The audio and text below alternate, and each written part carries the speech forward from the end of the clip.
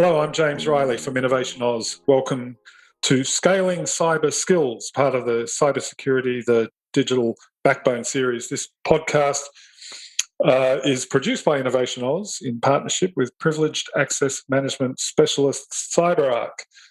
With me today, I have Professor Richard Buckland, Professor of Cybercrime, Cyber War, Cyber Terror at the University School of Computer Science and Engineering, and Bruce Nixon, Partner Manager Lead for ANZ at CyberArk. Welcome, gentlemen. Thank you for joining me.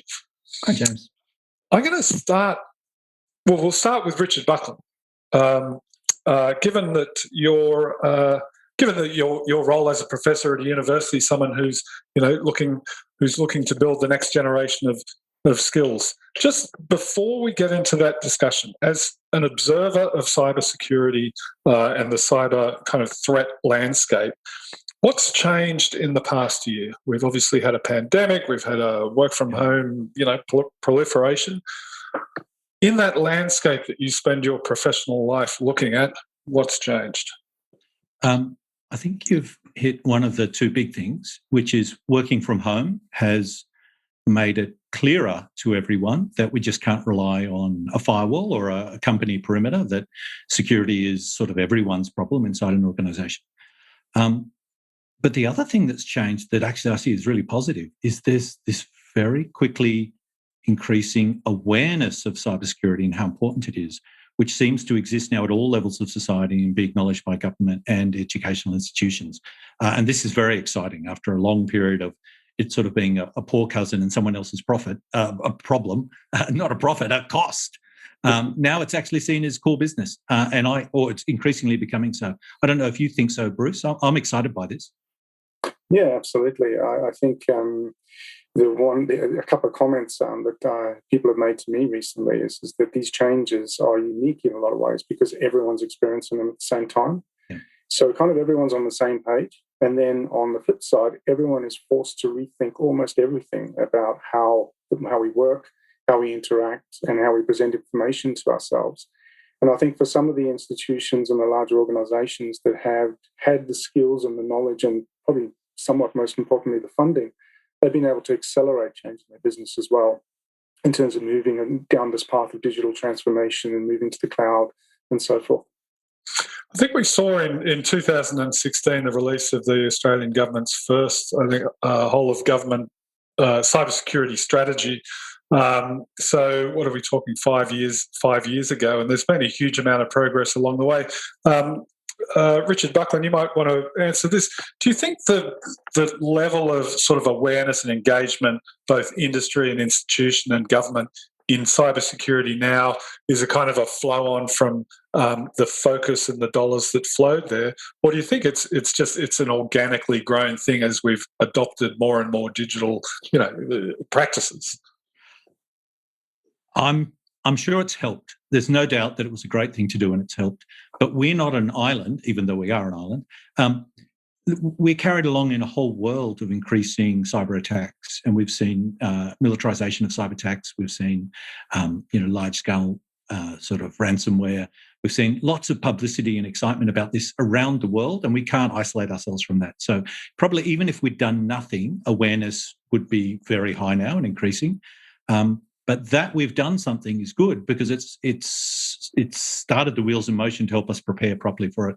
It's built collaboration between government or within government and between government and business, which is fantastic.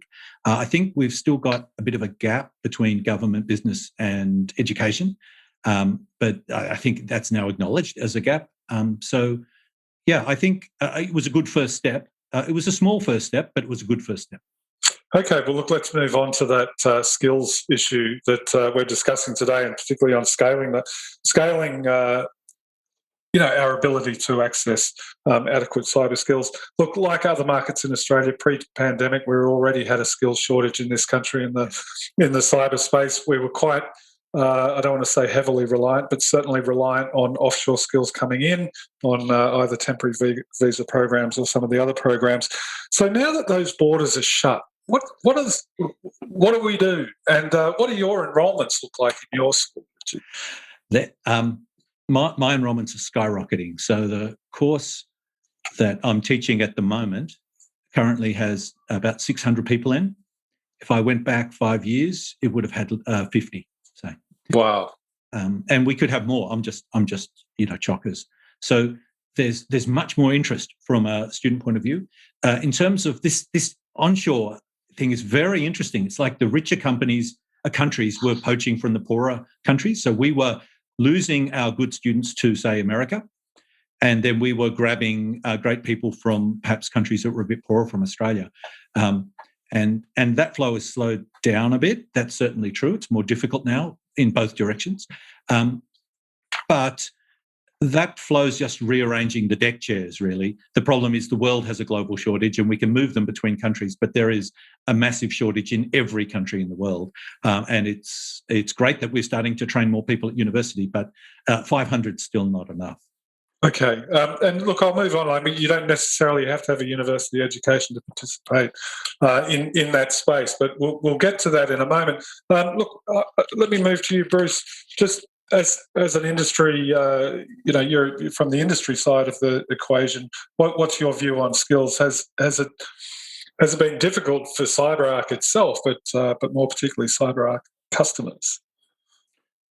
Sure. The question is such a broad one, so I'll preface it and say that I can answer it two ways. The first answer is something that is just CyberArk specific, and that is that up until this point in time, the majority of our customers are large government, federal, state agencies, as well as highly regulated companies, particularly in the financial sector and in critical infrastructure.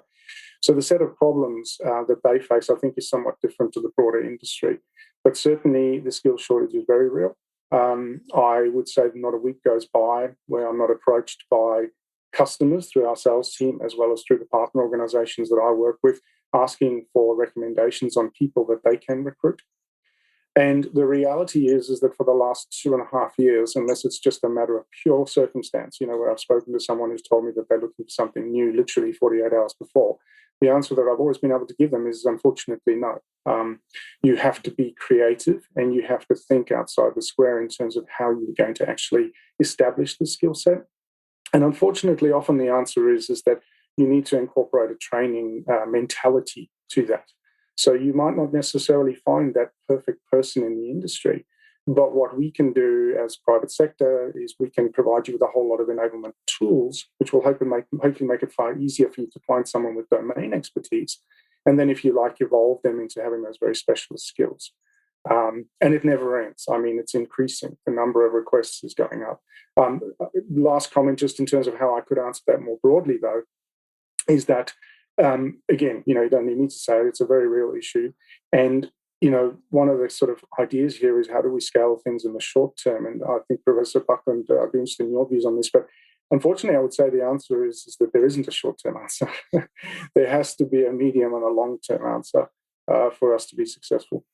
It certainly does sound like requires at least some kind of a collaboration piece there. And I'm looking at the poster behind your head, Professor Buckland, SecEdu. I think you were describing it earlier as currently a joint initiative between UNSW and ComSec. Can you just describe what's happening there and what gaps you're trying to fill through that? Yeah, I'd love to. I do want to follow on from what Bruce is saying, because I think he's spot on. It was great to hear that. That I get people all the time saying, can you give me your best students? I've got buckets of money to pay them. And I have to say, I can't even give you my worst students. They're gobbled up even before they graduate. And I'm now at, hundreds. So the hundreds I'm teaching now are still a year or two away from graduating, but I'm anticipating they're all going to be gobbled up. And Bruce's idea of not trying to get a perfect person, being prepared to train them, I think that's very wise in several dimensions. One is it's just pragmatic.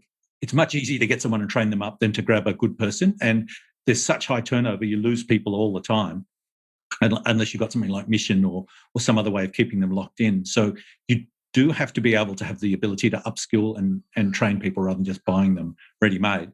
And two, I sort of think that's the best way of growing a cybersecurity person. So there's lots of stuff that we can teach them theoretically at university, but it is a discipline. It is a profession. And there's no better way of becoming finished, I think, than being trained by someone who is an expert in the field and a sort of apprenticeship model. And I would like to see lots of companies step up and do this. It's a service to the country as well as themselves. I sort of think everyone should be doing it, government included. It should just be like the old apprenticeship model for training plumbers and carpenters and metal workers, that the large government, state government corps used to sort of buy into as both a service and a help to themselves. I think we need that writ large across the country for cyber. That was a very long interjection. But the other thing you asked me was about SecEdu. Now, that's with the CommBank. It started quite a long time ago, maybe 6 or 7 years ago. They were very forward-looking and noticed that there was a sort of a structural gap and that it would be, in a decade's time, would be in lots of trouble. So they partnered with us and we work very closely with their experts. So we believe in this sort of apprenticeship model. So we're a merger between industry and academia where we just get experts, not just from the CommBank, from other banks and from other organizations and from the judicial system and from all over. AWS comes in and helps.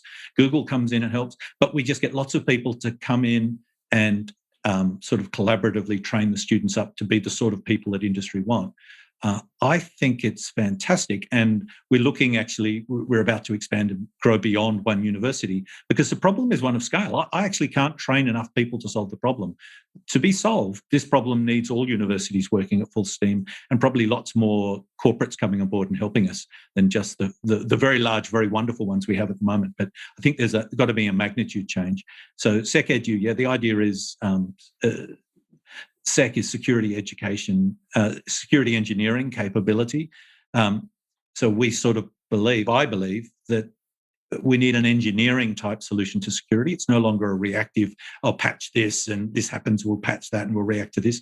We actually need to plan and think ahead and design security the same way we design bridges. So bridges don't fall down. We should be able to build systems that are secure. At the moment, we don't do that. We're just very reactive. So we need an engineering approach, and capability is the name of the game, I think. It's not our biggest gap in the country isn't a technical gap or a financial gap. It's just having humans, just having hands on the ground. And every country has this. We can have the best machines that go bing in the world and all the money and programs we want, but unless there's people to man them, then anyway, so that's sort of a statement of where I think we're at and what we need to do. Bruce, I can see you nodding. Is this aligning with your sort of ideas of how the future should be? Yeah, I think so. I alluded in my first response to James's first question about having different sectors having different requirements. I think I'd also like to kind of introduce that into the mix here as well, because if you look at large enterprise, large federal government agencies, there's two examples, or one extreme, if you like. And then you start to move down, if you like, in terms of the size of the organization purely. And you start to get into mid-market and then small and medium business all the way through to homes, people in the homes. The requirements change dramatically. So the only thing that I would say is that some of the scaling and some of the learning models that even I just talked about are unfortunately not going to be applicable to a lot of the mid-market and the SMB businesses because they simply don't have the domain expertise or the budgets or the need for full-time IT people. So then we have to look more broadly at a couple of different things. How can third-party providers help scale that solution? And then the other concept, which I've thought about a lot in sort of preparation for this, is there a role for government to actually provide cybersecurity training itself free of charge to the mid-market and to small enterprises to allow them to consume high-quality training? Because I think the other part of training is you've obviously got the quality of the content. And then the other part of the equation is how easy or accessible is it? Is it cost effective? And I think for, if governments in Australia want to, if you like, emulate some of the other leading nations in cybersecurity, maybe it's time to sort of be bold, and say we need to take a leading role in this as well. Yeah. I love this idea of this general uplift via apprenticeships, but I certainly take that point about SMBs not necessarily having the budget or the expertise to do that themselves. I wonder, what do you think about that, Professor? I'm thinking, like, government gets leaned on for a lot of things, Is that more of something that the private sector should be doing? That vendors themselves should be training SMBs in their particular products and patches? I think it's in cyber. What gives us our real strength is our community. There's a great cyber community across the country. And it's professionals working together and helping each other informally between large orgs and also across from large to small and between government. And I sort of think that's the scale of the response that we need. So I don't think any one university, any one educator, any one company, any one sector, or even the government by themselves can solve this problem. I think we need to sort of copy Israel a bit and sort of bring everyone into the mix together. Bruce mentioned before that unis can't solve this, and we don't just need alone can't solve this, and we don't just need uni graduates. And that's a really good point. The gaps we're facing aren't just like I train people in attack and defence, or we train people in attack and defence, and produce highly technical engineers. And absolutely, there's a shortage of those, and you need those. But for every one of those, you need technicians, you need network engineers, you need coders that understand secure coding, you need people who can maintain operation centres, people who can gather threat intelligence, people who can train. You need all your frontline staff to be aware of scams and procedures and processes.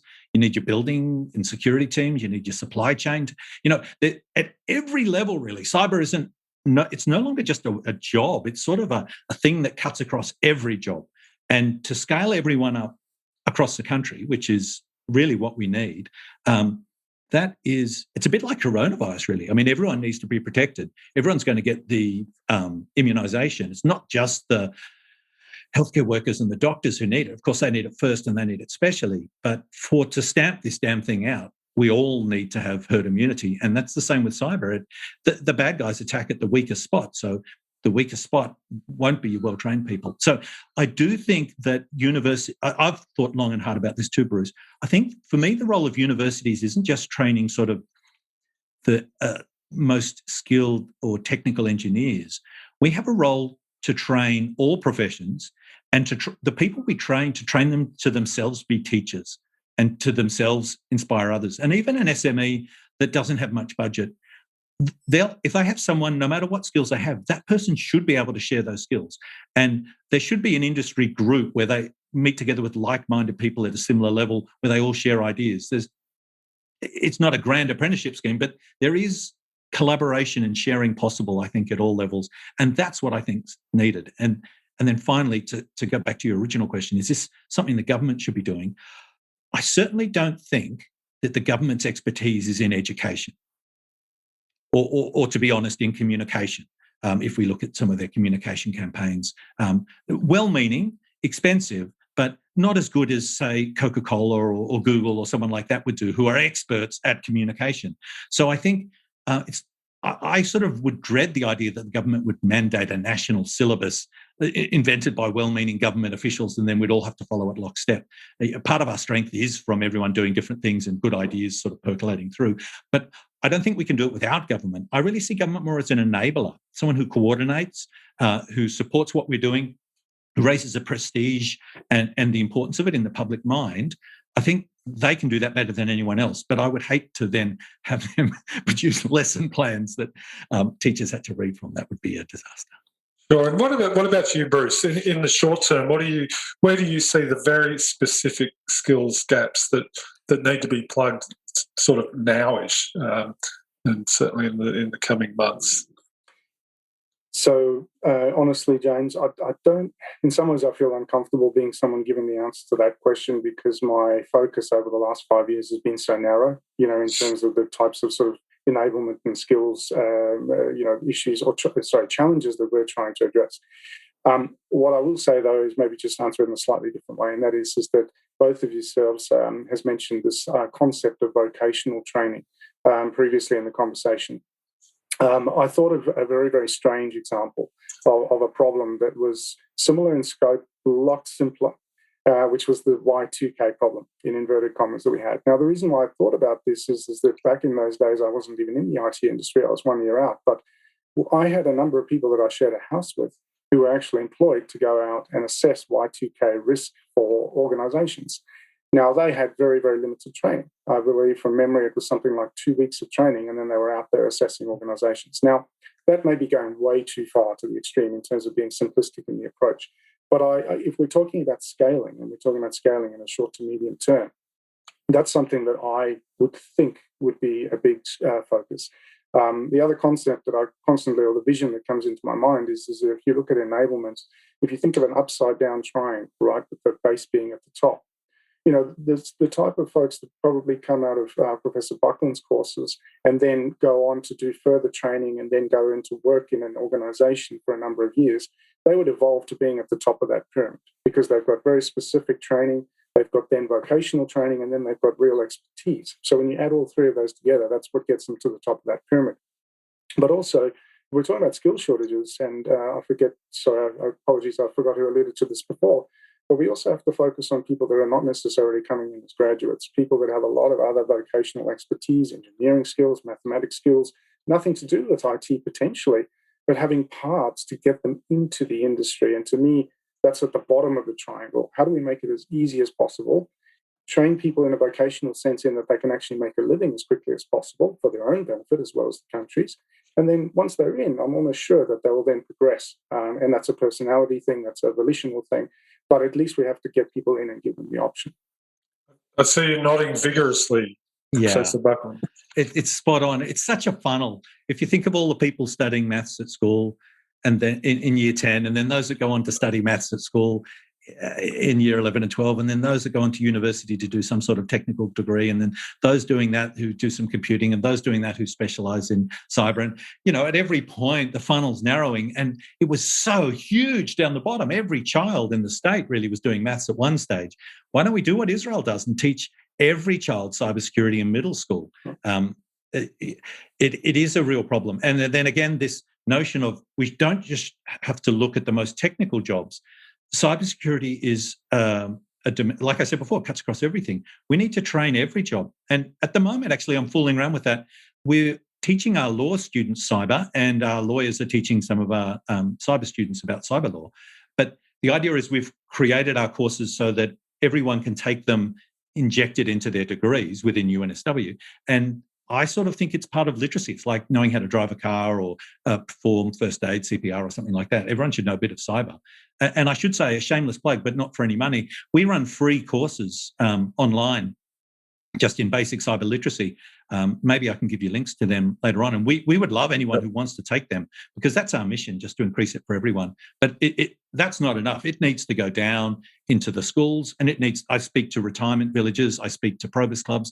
It needs to go up to the elderly who are very vulnerable at the moment. The world's changing quickly around them, probably, and their intuition isn't perhaps it's well honed for the environment they grew up in, but if things have changed so much. So at every level of society at the moment, people need basic cyber skills. So Bruce, you're spot on. It's not just a university problem. This is like learning how to cross the road or wear a seatbelt or that sort of thing.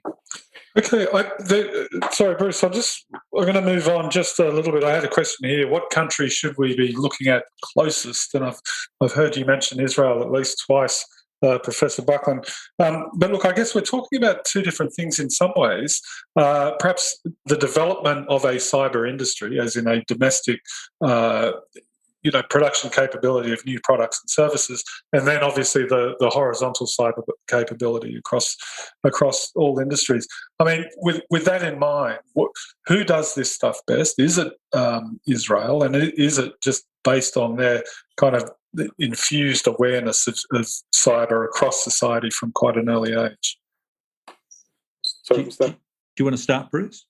Sure, yeah, sure, no problem. I'm sorry, I wasn't sure who that was addressed to. Look, I think, again, this could be a very, very broad answer, but if we are focusing on a country like Israel, that I think is known very broadly as being a leader in the cybersecurity space, just in the research for this podcast, I was finding quotes from the Prime Minister Netanyahu going back as far as 2008, 2007, talking about cybersecurity as being absolutely critical to the security of the nation, period. And I think that so we can learn from that, in that it is very important for, in my opinion, the federal government to make some stances and to really elevate the importance of cyber. Now, in 2016, when we had the first cybersecurity initiatives or strategies, I think Professor Buckland mentioned the fact that it was a rather small financial contribution to start. But nonetheless, it was important in terms of setting a precedence, right, that we can then build on and keep going. And the reality is that unless you have frameworks and precedents, and until you have long-term commitment from the federal government to say this is critically important to our nation, a lot of things flow from that. Private investment flows from that. Certainty flows from that. You'll get, when you talk about creating the industry, the federal government is not going to create the industry. But the federal government, in my view, has to create the framework, if you like, which allows that to flourish.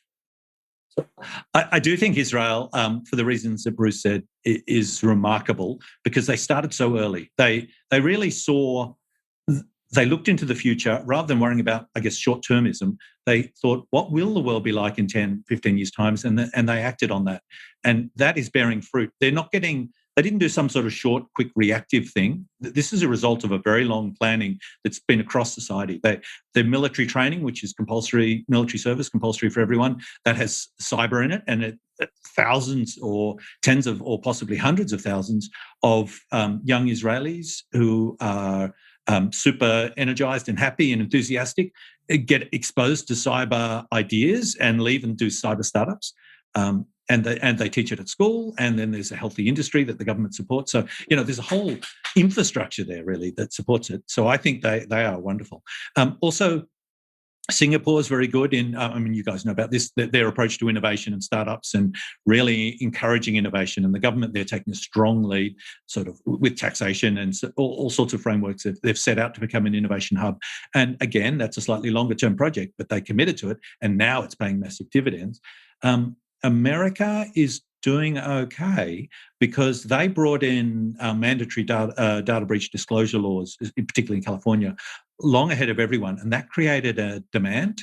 It's a bit like certainty around solar energy and renewables. If you create a stable market where there's a clear demand and a clear message to tell the companies that they need to invest in this, and it's stable and it's going to be like that, then long-term investment happens. So they've had long-term investment and they're reaping, again, the rewards of that. We're not doing too badly because our students are fantastic. On an international scale, our students often go over and compete internationally. We've come second in the world once. So, we're larrikins and all that sort of, I guess, stereotyped Australians. There's some truth in that. We do produce rascals, and rascals are what you need. Well, thoughtful, intellectual, disciplined rascals. You can't beat that in cybersecurity. So Australia's doing well. But, no country's doing it super well. The bad guys are probably doing it better than us. And probably militaries are starting to do it quite well now. Maybe we should learn from them. All right. Well, I like this idea that we're rascals here in Australia, and that makes us good against the bad guys. I'm going to start winding up now, talking to Professor Richard Buckland from the University of New South Wales and Bruce Nixon from CyberArk. Look, I guess I'm still kind of recovering from the first question in this podcast where, Professor, you talked about your class size or the number of students in your course having grown so dramatically to 600 from 50 not so long ago. So I guess to finish up, I'm asking, do we look to the future with optimism? Do we look to the future as being full of insurmountable challenges? How do we view that the scaling challenge that we face? I mean, given that we're seeing that scale in universities, of course, start to appear already. Yeah. Don't know who wants to jump on that. Please go ahead.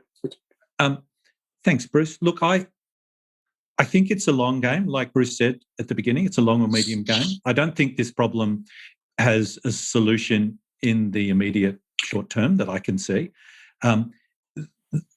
The sheer size, 500 is nothing. Everyone in Australia, every professional in every industry and every retired person and every child, anyone who makes a decision which is potentially vulnerable to abuse, everyone needs to be more cyber aware. And then there's a whole lot of skills and supporting infrastructure that we don't even have in place yet. Like for rolling out a vaccination, you can't just order the vials. There needs to be a whole infrastructure there to support the thing, or you can't use the great ideas you have. So I think in the short term, things are going to get worse. I think we're going to see more and more data breaches. We'll see governments at all level, organisations. Everyone will be breached. I hope we don't get burned out and blasé about it. There'll be malicious attacks, and we're seeing nation-state, all sorts of horrible nation-state things happening now. And in the short term, I can't see that. Slowing down, because there's this outpacing of what we need and what we have. But I think if we keep going on the current trajectory, if I compare it with, say, 10 or even 20 years ago, 20 years ago, when we asked Microsoft to put security things in their products, they laughed at us and ignored. It was, I had a T-shirt from a conference that was supported by a new unit they set up called Microsoft Security. So the T-shirt says Microsoft Security. It's worth so much money amongst my computing students, because for years it was just hysterically funny to see Microsoft and security together on a shirt. But now, if we roll forward to now, Microsoft's doing a great job. They've started, the catch-up started. So I think I can see the signs are good, the pressures are good. I think give it 10 years and probably this will just be business as usual and we'll be able to do it. It'll never go away, but it'll be something we can deal with manageably. I'm just hoping in the next 10 years, until we get to that point, that something bad and irrevocable doesn't happen. And Bruce Nixon, we'll leave you with the final word.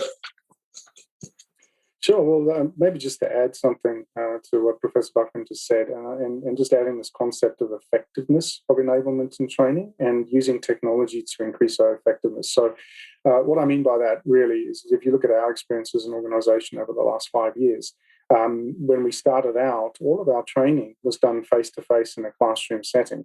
And that made it incredibly difficult to scale, firstly. It also made it very expensive and cumbersome for our partners and customers. And it made it extraordinarily expensive for us, flying very, very specialised, highly skilled people around the world. So that was where we started from. Then what we did was that we started to move to instructor-led online training. And again, there's a concept that I've used a few times internally. It's not mine. I'm sure I picked it up from someone else. But, don't let perfection be the barrier to progress, right? Yes, we all think that face-to-face is better, for sure. But is it worse that the person doesn't get trained at all and doesn't get access to the content because you have to do it online? That's something to think about. And then last but not least, if you want to take that to its ultimate conclusion, is using technology to be able to allow people to do things in a self-paced manner. So if someone is working full-time and they really want to get into it and they really want to change their careers, maybe there's ways that they consume content in a self-paced manner. We don't have to compromise on the effectiveness or the quality, because we can still do, third party. We can even do in-office certification and examinations to prove that it's been effective. But I think we really have to start looking at that if we want to scale. And certainly from our personal experience here in my organisation, we've gone from sort of being able to train tens of people in a period to 20s to 50s to hundreds. And that's made a huge difference. And so I just wanted to add to that. Thank you very much. I really appreciate both of you. Professor Richard Buckland from University of New South Wales, Bruce Nixon, Partner Manager Lead at CyberArk. Thanks very much for joining us today. Thanks, James. It's a pleasure. Appreciate it.